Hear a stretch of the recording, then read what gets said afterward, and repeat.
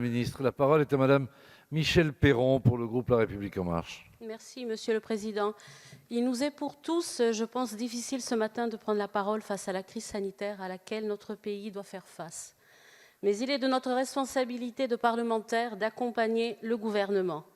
Je m'exprime aujourd'hui à deux voix. En effet, je souhaite associer à cette prise de parole mon collègue Mickaël Nogal, à côté de moi, avec qui nous œuvrons depuis vendredi pour le groupe La République En Marche en tant que référence sur les enjeux du Covid-19.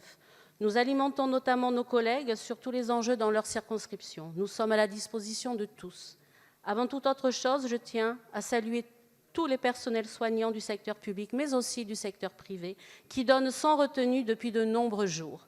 Enfin, je tiens à témoigner mon plus grand soutien à nos collègues touchés directement ou indirectement par la maladie. Ma question s'adresse à Gabriel Attal, secrétaire d'État auprès du ministre de l'Éducation nationale.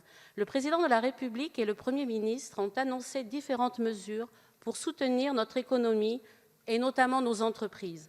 Parmi ces mesures, le gouvernement a prévu un report de charges, un report des échéances bancaires, une suspension des loyers et des factures, ainsi que l'absence d'impôts ou de cotisations sociales pour les plus petites d'entre elles.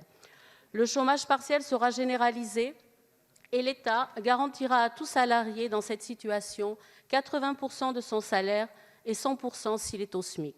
Nos associations sont également directement impactées par l'épidémie et les mesures prises par le gouvernement afin de protéger la population. Nous ne devons pas oublier que les associations représentent 10% du PIB et 1 800 000 emplois. Elles agissent quotidiennement pour les personnes les plus vulnérables et sont au fondement de la solidarité. Cette solidarité qui est, dans la période que nous vivons, primordiale et nécessaire. Monsieur le ministre, pouvez-vous nous confirmer que les associations, au même titre que les entreprises, seront également destinataires de ces mesures? Merci. Merci, chers collègues. La parole est à Monsieur Gabriel Attal, secrétaire d'État auprès du ministre de l'Éducation nationale et de la jeunesse.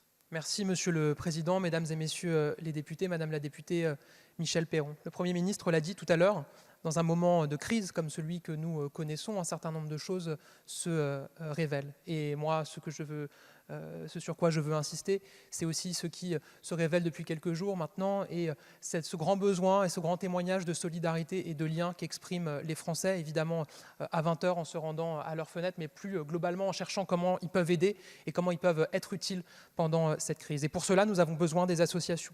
Nous avons besoin des associations parce qu'elles ont un rôle social absolument majeur et que dans ce contexte, le social, l'aide d'urgence aux plus démunis, ce n'est pas du deuxième rideau à côté du sanitaire, c'est au moins aussi important parce que nous savons que dans une crise sanitaire comme celle-ci, les premières victimes peuvent être celles qui sont d'habitude les plus vulnérables et les plus éloignées. C'est la raison pour laquelle, avec Jean-Michel Blanquer, nous avons réuni les réseaux associatifs pour faire le point avec eux en début de semaine. Il y a un message qu'il faut faire passer, et je vous remercie vraiment, Madame la députée Peyron, pour votre question, c'est que l'ensemble des mesures qui ont été annoncées en soutien aux entreprises sont ouvertes aux associations employeuses, en matière de chômage partiel pour maintenir les emplois, en matière de décalage du paiement des impôts et des charges, en matière de délai donné aussi sur le paiement des loyers, des charges en matière d'électricité, etc.